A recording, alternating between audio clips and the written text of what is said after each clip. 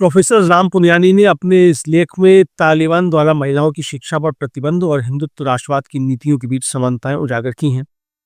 Professor Ram Puniyani ने अपने एक लेख में तालिबान का महिलाओं पर प्रतिबंध क्यों एक प्रतिगामी कदम है, धार्मिक कट्टरता और फासीवाद का महिलाओं और कमजोर वर्गों पर क्या प्रभाव पड़ता है, हिंदुत्व राष्ट्रवाद का अल्पसंख्यकों और महिलाओं के अधिकारों पर क्या असर पड़ा, धर्म और राजनीति का मिश्रण कैसे बहुवाद और बनाम कट्टरता का संघर्ष है, इसका विश्लेषण किया है। अपने लेख में तवलीन सिंह के दृष्टिकोण के जरिए डॉक्टर राम पुनियानी ने तालिबान और हिंदुत्व राष्ट्रवाद की नीतियों के बीच समानताओं का गहराई से विश्लेषण किया है।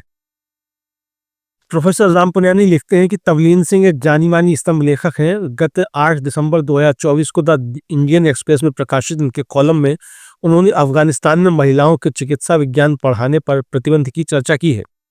यह प्रतिगामी कदम उठाने के लिए उन्होंने अफगानिस्तान की तालिबान सरकार की बहुत तीखे शब्दों में आलोचना की है और यह ठीक भी है। इसी स्तंभ में उन्होंने यह भी लिखा है कि वामपंथी उदारवादी तालिबान के प्रति सहानुभूति का रुख रखते हैं।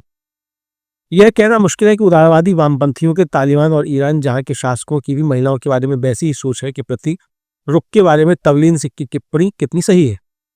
तवलीन सिंह ने उन लोगों की भी आलोचना की है जो हिंदू राष्ट्रवादियों की नीतियों और कार्यक्रमों की तुलना तालिबान से करते हैं।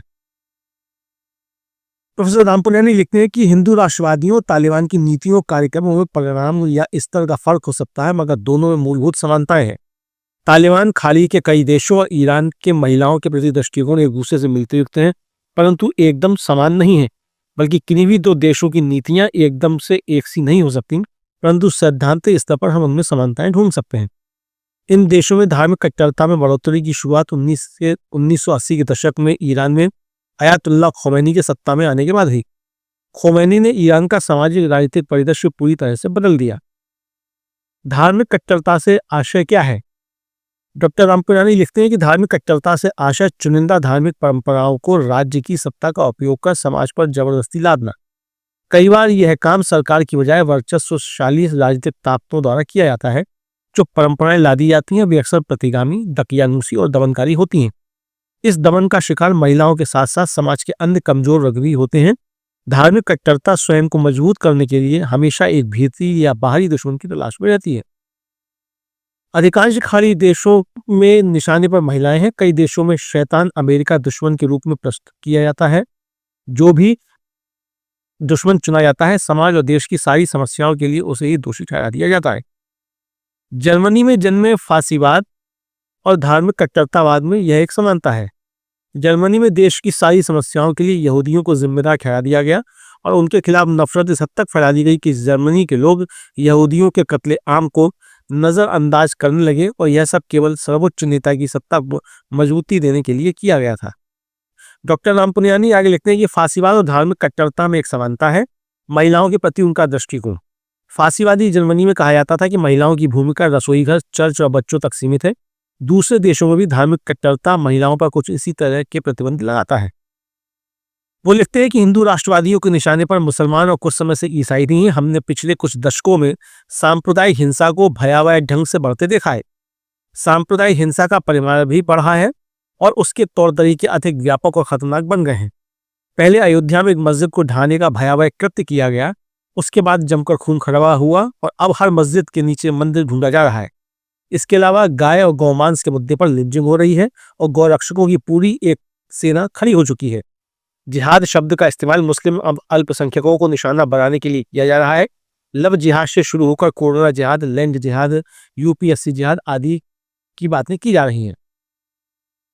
वह लिखते हैं कि यह सही है कि मुसलमानों को निशाना बनाने के अलावा भारत में धार्मिक कट्टरतावाद के अन्य लक्षण उतने स्पष्ट नहीं दिखाई दे रहे, मगर उनके अस्तित्व से इनकार नहीं किया जा सकता। जहां तक महिलाओं का प्रश्न है, सती प्रथा पर प्रतिबंध लगाया जा चुका है। देश में सती की आखिरी घटना 1980 के दशक का रूप कुंवर कांड था, लेकिन फिर भंवरी देवी मामले में ऊंची जाति के बलात्कारी को अदालत ने यह कहते हुए बरी कर दिया कि भला कोई ऊंची जाति का व्यक्ति नीची जाति की महिला से बलात्कार कैसे कर सकता है। यह मानसिकता जाति प्रथा से उपजी है। हिंदू राष्ट्रवादियों की नीतियों को बारीकियों से देखने पर यह समझ में आता है कि वे मूलतः महिला विरोधी हैं। जैसे लव जिहाद की अवधारणा को लें, यह परिवार के पुरुष सदस्यों को उनकी महिलाओं और लड़कियों पर नजर रखने का एक बहाना देता है। जो लोग लव जिहाद का विरोध करते हैं वही लड़कियों को जींस नहीं पहनने देना चाहते। हिंदू राष्ट्रवादियों की हिंसा के प्रति दृष्टिकोण की झलक हमें बिल्किस बानो मामले से मिलती है। इस मामले में बलात्कार और हत्या के दोषियों का जेल से रिहा होने पर स्वागत किया गया था। यह अच्छा है कि अदालत ने उन्हें वापस जेल भेज दिया। गोवा की एक महिला प्रोफेसर जिसने मंगलसूत्र की तुलना जंजीर से की थी, को गाली गलौज का सामना करना पड़ा। मनुस्मृति को आदर्श बताया जाता है। प्रोफेसर राम पुनियानी लिखते हैं कि तबलीन सिंह हिंदू राष्ट्रवादियों के हमले को हिंदू धार्मिकता बताती हैं। यह एकदम गलत है। उन्होंने स्वयं जय श्री राम न कहने पर 3 मुसलमानों की चप्पलों से पिटाई का उदाहरण दिया है। क्या यह धार्मिकता है? ऐसी घटनाओं को धार्मिकता बताना धार्मिक कट्टरतावाद से उनके जुड़ाव को छुपाना है। मुस्लिम कट्टरतावाद को जिहादी इस्लाम कहना भी ठीक नहीं है। मुस्लिम कट्टरतावाद के कई स्वरूप हैं। मिस्र और कई अन्य देशों में उसे मुस्लिम ब्रदरहुड कहा जाता है। फिर ईरान की अयातुल्लाह सरकार तो है ही। डॉक्टर राम पुनियानी लिखते हैं कि धार्मिकता तो उसे कहते हैं जिसका आचरण लाखों करोड़ हिंदुओं द्वारा अन्य धर्मों के लोगों के साथ रहते हुए सदियों से किया जा रहा है। इसी ने भारत को बहुवादी और विविध वर्णीय देश बनाया है। हिंदू राष्ट्रवाद की वर्तमान नीतियां सावरकर और गोवलकर की विचारधारा पर आधारित हैं।